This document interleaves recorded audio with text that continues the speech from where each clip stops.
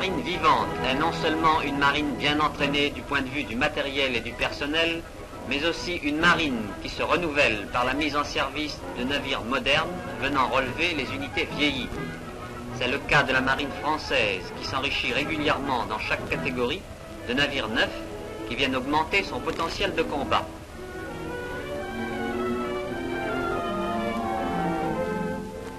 Les derniers nés à la vie d'escadre sont les deux cuirassés de 26 500 tonnes Dunkerque et Strasbourg.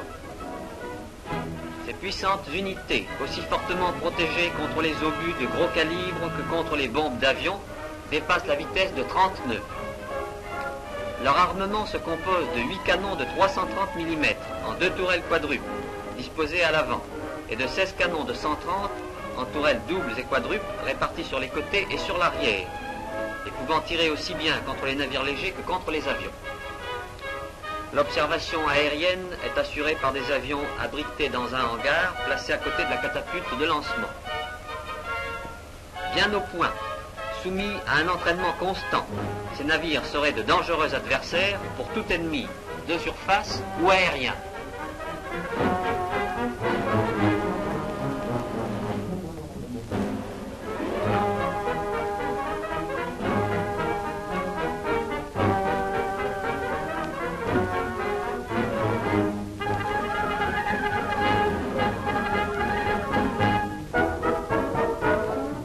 Nos forces cuirassées comportent en outre les 3 Provences de 23 000 tonnes qui datent de la guerre, mais auxquelles une refonte récente a rendu une valeur militaire importante. Ils sont armés de 10 canons de 340 mm et d'une artillerie secondaire puissante. La refonte les a dotés de canons anti-aériens modernes.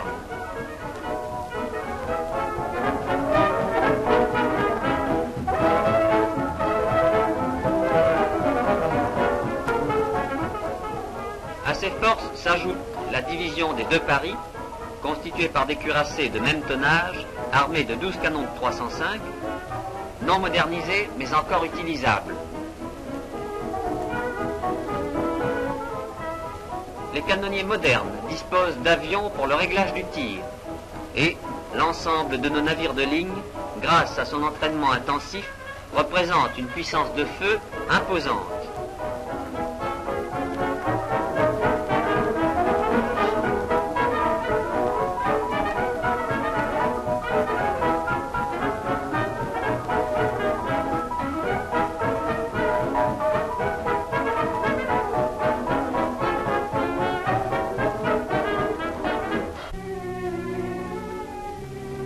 Pour éclairer et préparer l'action des cuirassés, noyau des forces maritimes, il faut des croiseurs.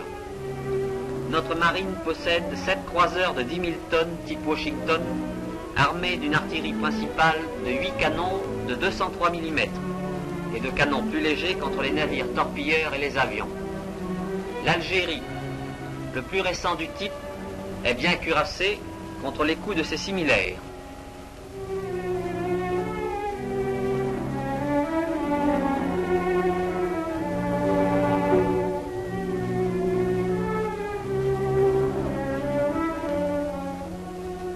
Les autres croiseurs de la série ne sont que légèrement protégés, mais sont un peu plus rapides.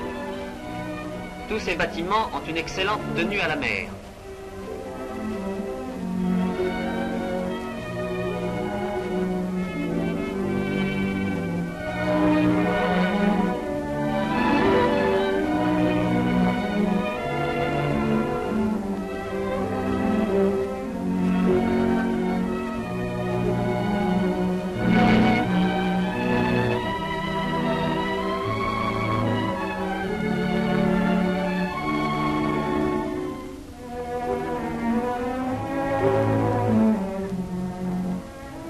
Les croiseurs de deuxième classe comportent 6 unités récentes de 7600 tonnes du type marseillaise.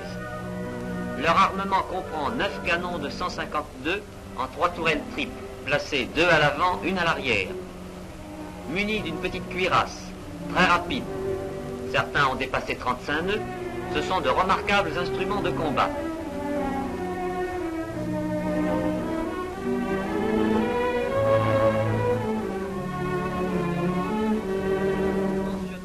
3 croiseurs de 8000 tonnes du type Primogé, armés de 8 canons de 155, et les croiseurs spéciaux tels l'Émile Bertin, la Jeanne d'Arc, le Gladiateur ou la Tour d'Auvergne, équipée en mouilleur de mine et qui peut transporter un grand nombre de ces engins.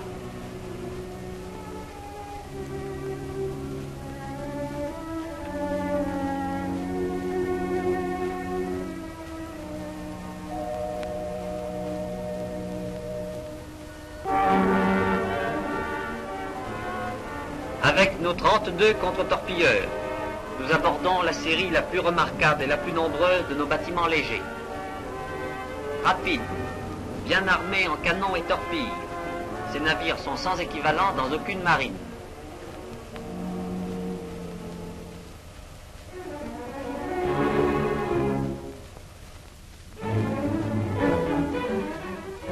Les plus récents, du type Mogador, sont armés de 8 canons de 138 mm et de 10 tubes lance-torpilles. La série précédente, du type Malin, a 5 canons et 9 tubes. Tous ces navires ont largement dépassé 40 nœuds. Et le Terrible, avec plus de 45 nœuds, est le navire le plus rapide du monde.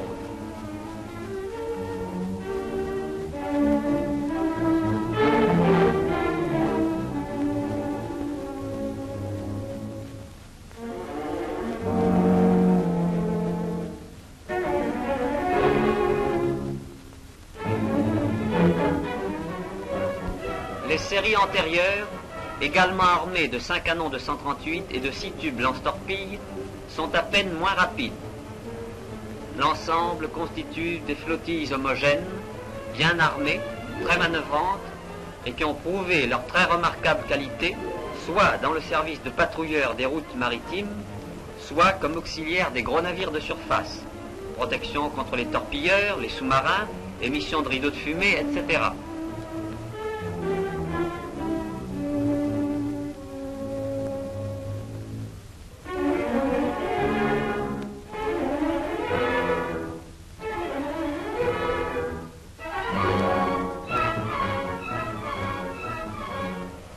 Ils sont aidés dans ces missions par les torpilleurs qui, en attendant les nouvelles constructions, comprennent 26 unités du type adroit.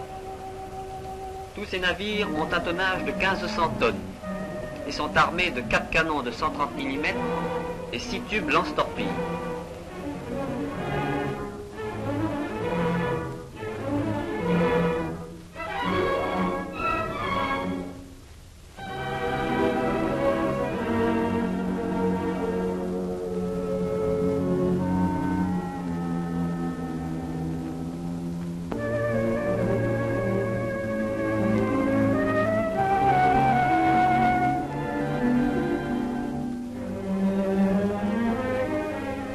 À ces torpilleurs, enfin, s'ajoutent 12 navires neufs de 600 tonnes du type bombarde, armés de 2 canons de 100 mm et de 2 tubes, et plus spécialement affectés à la défense des côtes.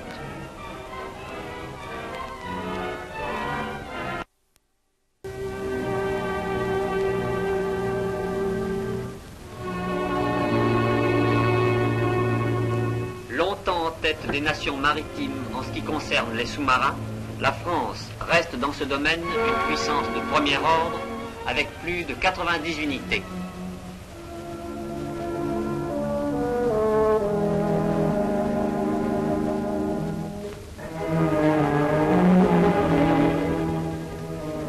Le plus gros et le plus puissant sous-marin du monde, le Surcouf, est français.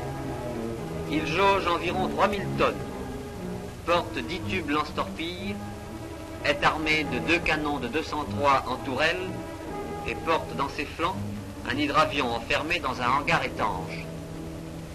C'est un véritable petit croiseur sous-marin d'un type unique.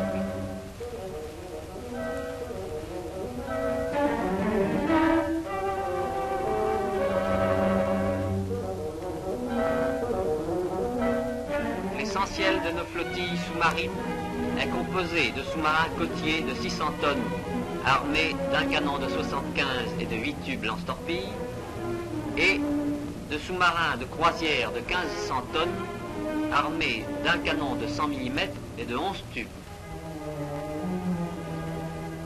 Ce sont des navires très réussis, dont les nombreuses croisières sur toutes les mers du globe ont mis en évidence les qualités de robustesse et la valeur militaire. La qualité essentielle du sous-marin est sa faculté de s'immerger. Il doit pouvoir disparaître à tout moment et rapidement, ce qui exige des équipages rompus aux manœuvres précises et délicates de la plongée.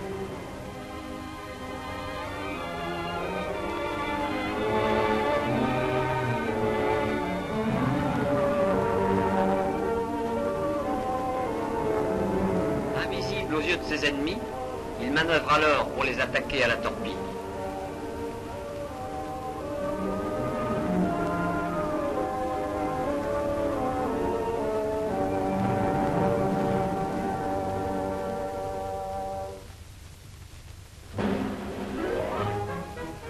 Un autre engin utilise aussi la torpille. C'est la vedette lance-torpille, très rapide, et que sa petitesse rend difficilement vulnérable, mais qui ne peut agir que par beau temps et à faible distance de sa base de départ.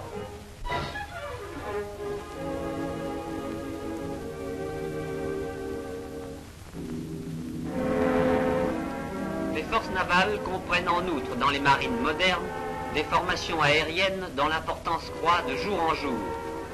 Ces formations sont réparties entre les bases d'aviation et les escadres. Elles comprennent tous les types d'avions. D'abord les gros avions de croisière, type lieutenant de vaisseau Paris ou Croix du Sud, qui peuvent tenir l'air une trentaine d'heures.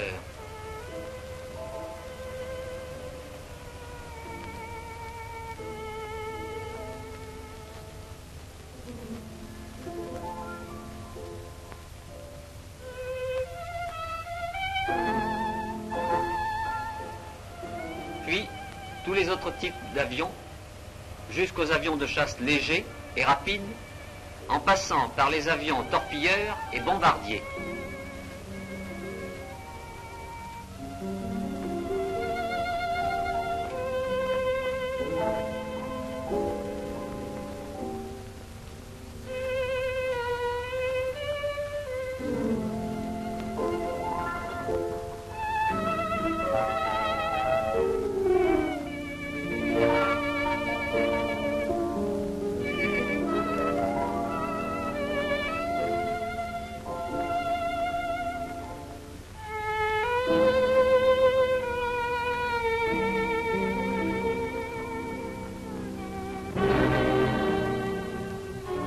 De région sont aussi équipés d'autogires, précieux pour la recherche des sous-marins, car ils peuvent presque s'y mobiliser en l'air pour faciliter les observations.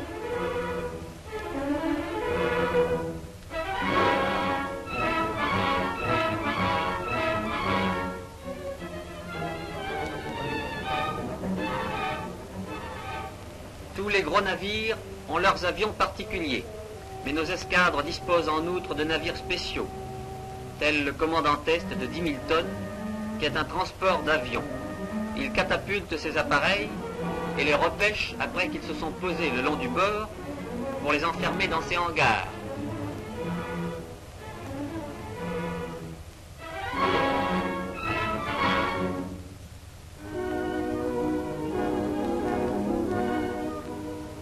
Le Béarn, ancien cuirassé transformé en navire porte-avions, est muni d'une plateforme d'envol. Il joue le rôle à la mer d'une base d'aviation flottante, d'où les envios s'envolent suivant les besoins du commandement.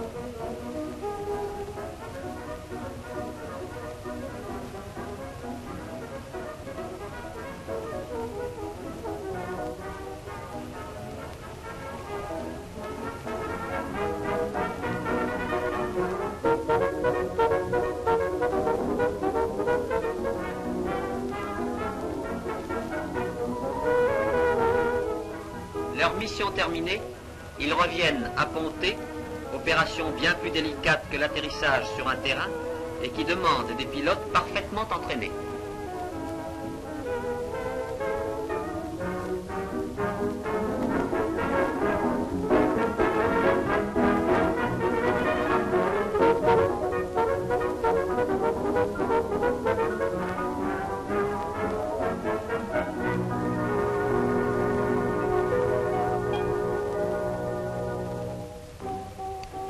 Enfin, la marine dispose pour le service colonial d'avisos spécialement conçus pour la navigation en pays chaud. Ce sont de petits bâtiments très marins, armés de canons de 138 à tir rapide, et aussi équipés en mouilleurs de mine. Leur grand rayon d'action leur permet de longues croisières sans ravitaillement. C'est à ces élégants navires qu'est confiée la tâche de représenter la France dans les mers lointaines et les pays divers où leur visite maintient le prestige de notre pavillon.